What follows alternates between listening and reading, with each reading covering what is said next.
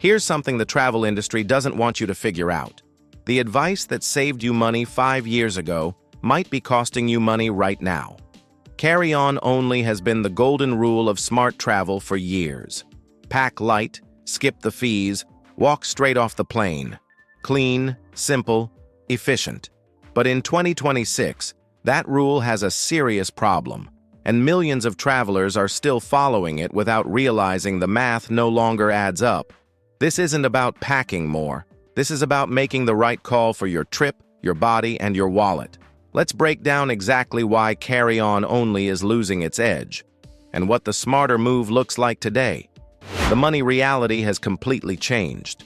Most travelers assume checking a bag is always the expensive option. That assumption is outdated. Basic economy fares on major airlines now include only a personal item, not a full-size carry-on. On United's domestic basic economy, you're not allowed overhead bin space at all. Show up at the gate with a rolling suitcase, and you're paying $65 to check it before you board. Air Canada follows the same model. No carry-on included, personal item only. If you want that rolling bag in the cabin, you're paying extra, on top of an already discounted fare that suddenly isn't so discounted anymore.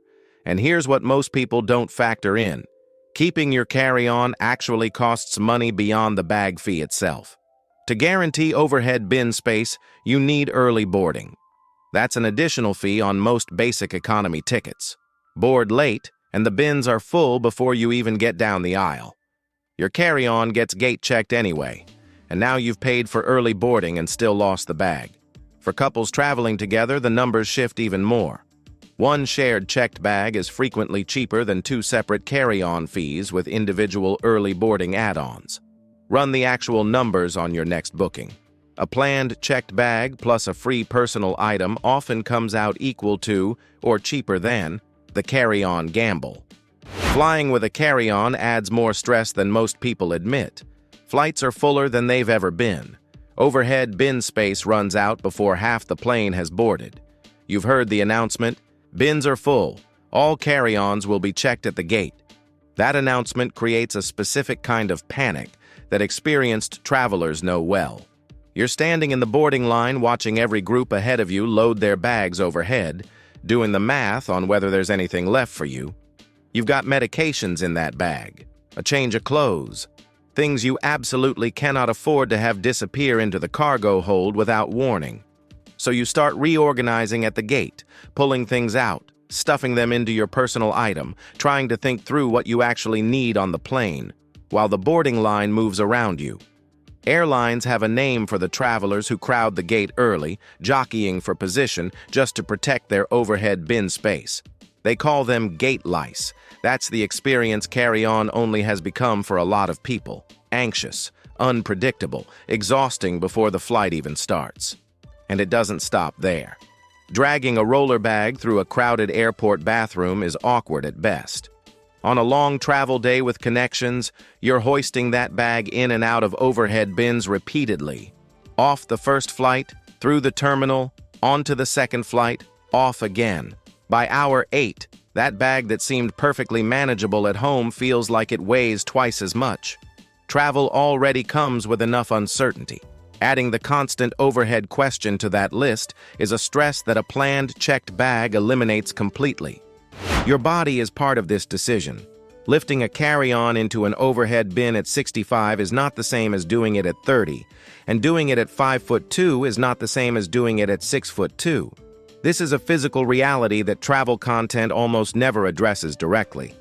If you have any history of shoulder, neck, or back issues, overhead lifting is a genuine risk.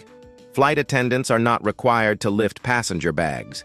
Many airline policies and union contracts specifically instruct them not to, because the injury rate from overhead bin lifting is high enough that airlines protect their employees from it.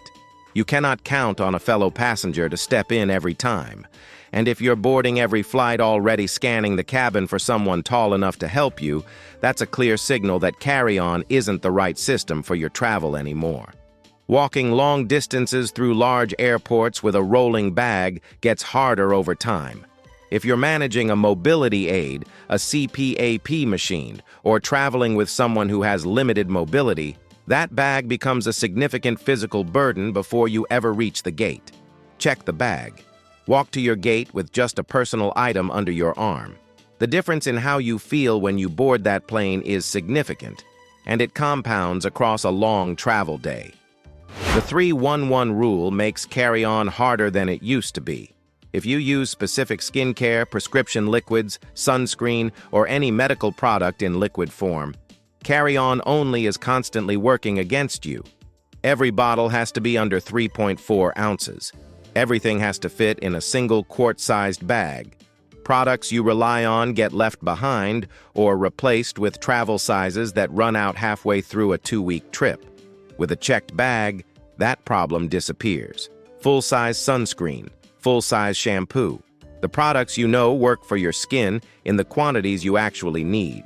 No compromises, no substitutions, no hunting for replacements at a drugstore in an unfamiliar city.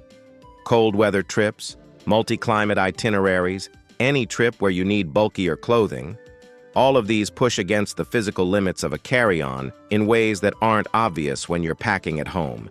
You make it work. You roll things tighter. You leave things behind. And then you spend the trip wishing you had brought that extra layer. A checked bag gives you the space to pack for the trip you're actually taking, not the stripped-down version of it. The one thing to get right, your personal item. Here's what matters once you've committed to checking a bag. The only bag you have access to during the flight is your personal item under the seat in front of you. Even if you had a carry-on in the overhead bin, it's not easy to reach once you're in the air. Everything you need for the flight itself needs to be at your feet. That means medications, a change of clothes in case your checked bag is delayed, headphones, phone chargers, snacks, anything you'll want during the journey. Think through that personal item carefully before you leave home, because it's your lifeline from the moment you board until you collect your bag at baggage claim. The worst situation isn't a checked bag.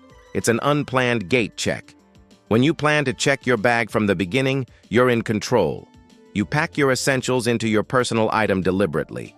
You attach an air tag before you leave home. You photograph your bag and luggage tag at check-in. You know exactly what's in each bag and where it is at every point in the journey. If something goes wrong, you're prepared to handle it. When you're forced to gate check your carry-on at the last minute, none of that preparation exists. Your medications might be in the wrong bag, your valuables, paperwork, things you assumed you'd have access to for the entire flight, suddenly checked into the cargo hold with no warning. You've lost control, and you're still carrying all the stress you were trying to avoid. A planned, checked bag with a well-organized personal item gives you more control over your travel day than gambling on overhead bin space ever will. When carry-on still wins. This isn't a blanket argument against carry-on. There are trips where it's clearly the smarter choice, and carry-on still wins every time. Tight connections where bags regularly miss transfers. Carry-on is the safer call. Routes or airports with a known history of baggage problems, keep your bag with you. Itineraries that involve trains, ferries, and small guest houses with no elevator. Carry-on gives you the mobility you need. City-hopping trips every 2 to 3 days where you're constantly moving. A rolling carry-on makes sense.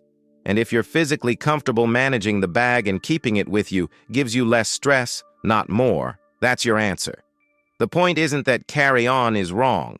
The point is that it's no longer automatically right. Travel has changed, airline fee structures have changed, and your own needs may have changed too, and that's completely fine. For many travelers, especially anyone over 60, anyone managing a medical condition, or anyone who has simply had enough of the overhead bin anxiety, a planned, checked bag is the calmer, smarter, and sometimes cheaper choice. Not a compromise, the right call. Choose the option that fits your trip and gives you the least amount of stress. That's the only rule that still holds up in 2026. If you've made the switch from carry-on to checking a bag, or if you're thinking about it, drop a comment below. A lot of travelers are quietly making this same shift and not talking about it. If this changed how you think about packing, hit that like button. It helps other travelers find this. Subscribe for weekly travel tips that cut through the outdated advice and give you what actually works today. We'll see you in the next one.